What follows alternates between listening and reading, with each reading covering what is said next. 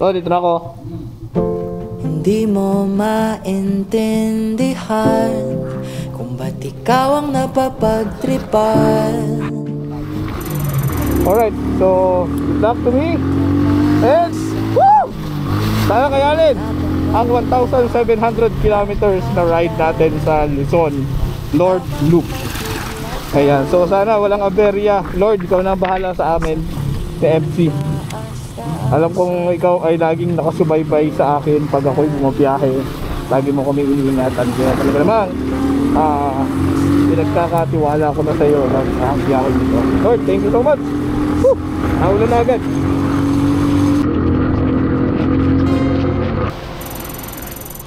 Dahil wala ring mangyayari, dahil walang mapapala, mapigilan ang pagbuhay. Woo! Ganyan na yung unang bungad pa lang. Oh my God, powerful na agad. Madama, dahil ang buhay natin ay sadyang ganyan.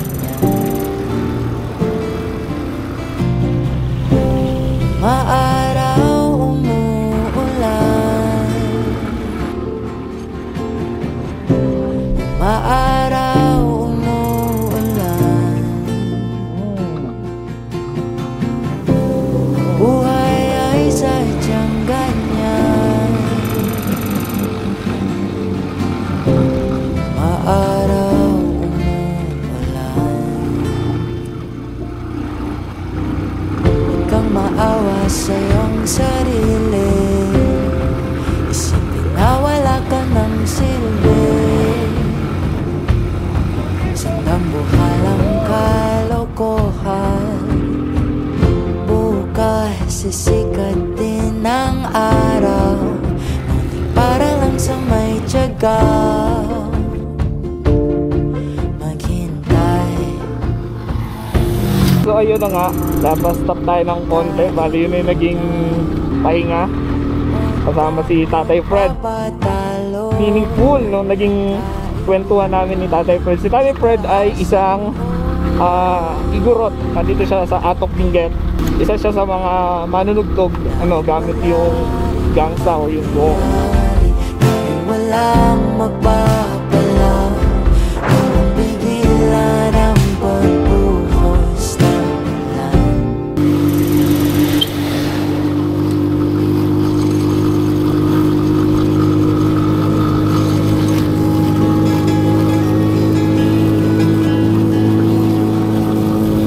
Kita niyo ba yung pad? Camera? Grabe oh, kapal. Kapal ng pad.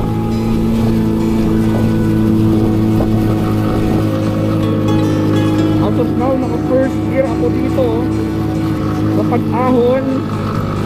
Oh my God! Oh! Grabe na! First gear ang gamit ko ay MC dahil kargado. Hindi ako makabakbak. Tapos sumasayaw-sayaw na rin para medyo gumaan-gaan. Oh yeah. Grabe, hindi ko maintindihan kung ano na to. Kasi nakita ba ako? Grabe!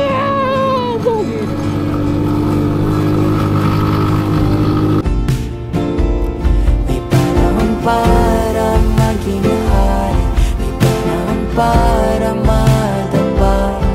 Dahil ang buhay natin ay sadyang ganyan. Uy, okay, solid tong ilaw ko.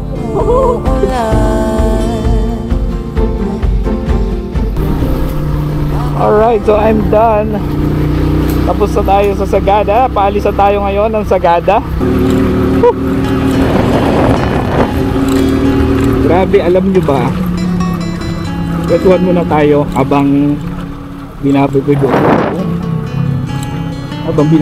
ko ang pababang bahagi ng Sagada.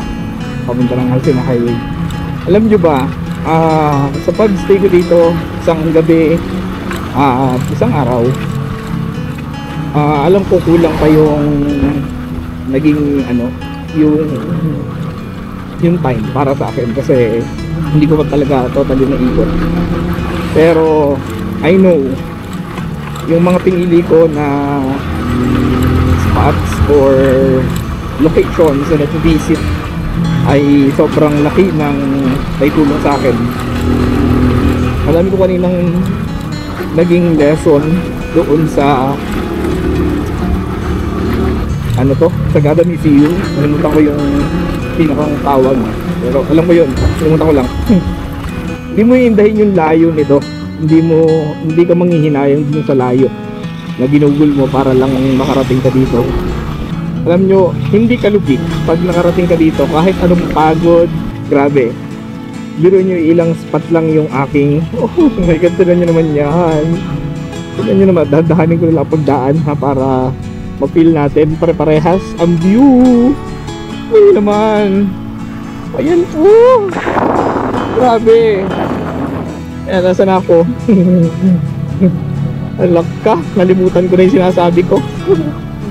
Ayan, talagang nakaka-speechless ang mga gantong tanawin. Tingnan nyo naman ang tanawin, grabe. At ito nga pala ang isang wow. Yan, ang bahay na baliktad. Hindi na tayo titigil kasi baka kumain pa tayo ng oras dyan. So yun naman, shortly nagmamadali dahil papunta pa tayo kay Apuang Wood. Medyo pinipil lang natin ng konti itong pababang ng Sagada. Yan. Ayun, sabi ko nga kanina, ang Sagada ay talagang babalikan at hindi ka magsisisi pag nakarating ka dito. Kahit anong pagod, kahit anong layo nito. Grabe. Ayun. Alright. Andito na tayo. Welcome, Wangod, Kuskalan, Tato Village. Oh my god, si Apo Wangod. Alright, so finally we are done. Dahil wala rin mangyayari, dahil walang magpapala, pigilan ang pagbuhos ng ulan.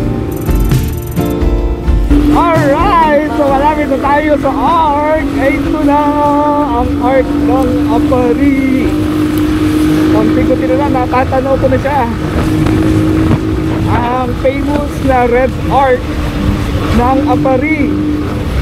Ayan na! Woo! Woo! Grabe! Ay, ito na! Welcome to Apari! Shit! Dahil ang buhay natin ay sadyang ganyan. Maaraw umuulan, maaraw umuulan. Buhay ay Search pala ako na. Oh, yan na naman. Shit.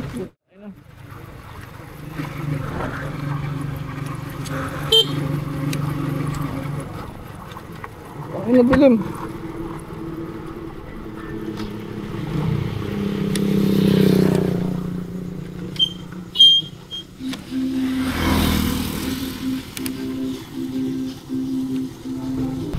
araw, ngunit para lang sa may tiyaga maghintay. Kaya kaibigan, huwag kang magpapatalo. Kaibigan, itaas ang noo.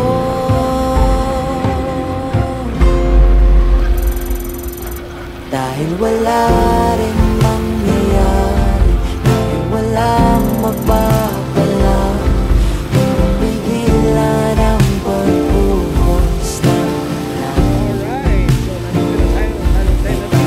Para maging hari, pa